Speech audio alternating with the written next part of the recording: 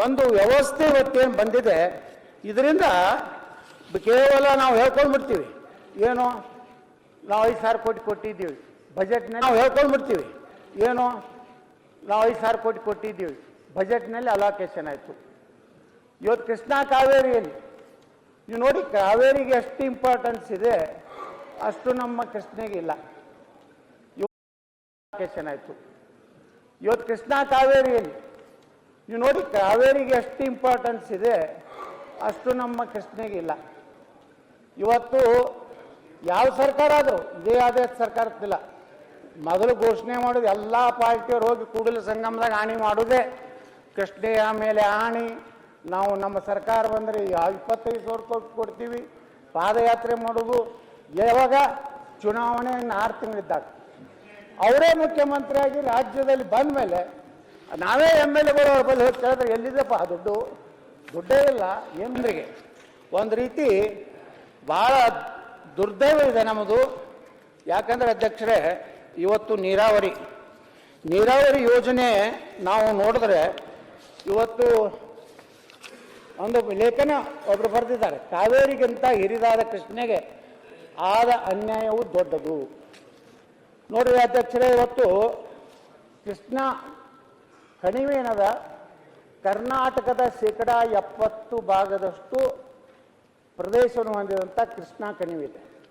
ನಮ್ಮ ಕೃಷ್ಣೆ ತುಮಕೂರುವರೆಗೆ ಇದನ್ನೊಂದು ಕೃಷ್ಣೆಯ ಕಣಿವೆ ಅಂತ ಹೇಳಿ ಕರೀತಾರೆ.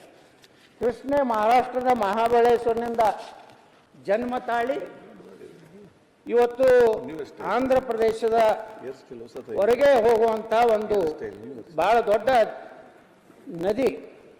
ಇವತ್ತು ಕರ್ನಾಟಕದಲ್ಲಿ ಸುಮಾರು 1,392 ಕಿಲೋಮೀಟರ್ ನಮ್ಮ ಕೃಷ್ಣೆ ಹರಿದು ಹೋಗ್ತಾಳೆ, ಮತ್ತು ಅದು ಮುಂದೆ ಹರಿದು ಹೋಗಿ ಕೃಷ್ಣಾ ಜಿಲ್ಲೆಯ ಆಂಧ್ರದ ಹಂಸಲಾದೇವಿ ಎಂಬಲ್ಲಿ ಕೊಲ್ಲಿ ಸಮುದ್ರಕ್ಕೆ ಸೇರ್ಪಡೆ ಆಗ್ತಾಳೆ ಅಧ್ಯಕ್ಷರೇ. ಅದರಲ್ಲಿ ಈ ಒಂದು ಮಹಾರಾಷ್ಟ್ರದಲ್ಲಿ 68,000 ಚದರ ಕಿಲೋಮೀಟರ್, ಕರ್ನಾಟಕದಲ್ಲಿ 1,12,600 ಚದರ ಕಿಲೋಮೀಟರ್, ಆಂಧ್ರ ಪ್ರದೇಶದಲ್ಲಿ 75,600 ಕಿಲೋಮೀಟರ್, ಅಂದರೆ ಒಟ್ಟು 2.60 ಲಕ್ಷ ಚದರ ಕಿಲೋಮೀಟರ್ದಲ್ಲಿ ಕರ್ನಾಟಕದಲ್ಲೇ 1,12,600 ಚದರ ಕಿಲೋಮೀಟರು ಈ ಒಂದು ಕೃಷ್ಣೆಯ ಜಲಾನಯನ ಪ್ರದೇಶ ಬರ್ತದೆ. ಜಲಾನಯನ ಪ್ರದೇಶ ಅಂದರೆ ಮಳೆ ನೀರು ಮತ್ತು ಎಲ್ಲ ಕಡೆಯಿಂದ ಬಂದು ಸೇರ್ಪಡೆ ಆಗುವಂಥ ಪ್ರದೇಶ ಹಿಡಿದ್ರೆ ಅಧ್ಯಕ್ಷರೇ, ಇವತ್ತು ಹಿಂದೆ ಕೃಷ್ಣಾ ಭಾಗ್ಯ ಜಿಲ್ಲೆಗ ನಿಮಗೆ ಮತ್ತೆ ಹೇಳಿ ಮಾಡಿ ಬಾಂಡ್ಗಳನ್ನು ಎತ್ತಿದ್ರು. ಆದರೆ ಇವತ್ತು ಏನಾಗಿದೆ ಅಂದರೆ, ಇವತ್ತು ನಾವು ಇನ್ನೂ 130 TMC ನೀರು ಇವತ್ತು ಉಪಯೋಗ ಮಾಡ್ಕೋಬೇಕಾಗಿತ್ತು. ಸುಮಾರು 15 ಲಕ್ಷ ಎಕರೆ, ಹೆಚ್ಚು ಕಡಿಮೆ 1 TMC ನೀರು ಅಂದರೆ ಹೊಸ ನೀರಾವರಿ ಸಚಿವರು ಅದನ್ನು ಆಗಬೇಕಾಗಿದೆ. ಇವತ್ತು ನೋಡಿ ಅಧ್ಯಕ್ಷರೇ,